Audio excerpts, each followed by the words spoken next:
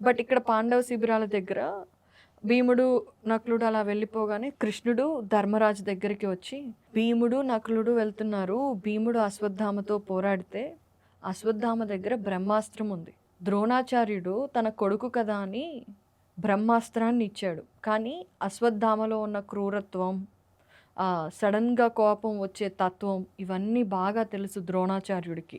అందుకే అది యూజ్ చెయ్యొద్దు, అది ఎప్పుడూ ఉపయోగించకూడదు అని చాలా గట్టిగా చెప్పాడు. మానవులు ఎక్కడైతే ఉంటారో అక్కడ బ్రహ్మాస్త్రం వేయకూడదు. అలాగే నీకు ఎంత కష్టం వచ్చినా నీకున్న మిగతా అస్త్రశస్త్రాలు వాడు కానీ బ్రహ్మాస్త్రం వాడకు అని చెప్పాడు. అలాగే దాంతోపాటు బ్రహ్మాస్త్రాన్ని ఉపసంహరించుకోవటం చెప్పలేదు. కానీ అశ్వత్థామ ఇప్పుడు చాలా దారుణమైన పరిస్థితిలో ఉన్నాడు. అతని ఉగ్ర రూపం, క్రూరత్వం అన్నీ పై స్థాయిలో ఉన్నాయి. ఇప్పుడు అతను బ్రహ్మాస్త్రాన్ని వదిలినా వదులుతాడు.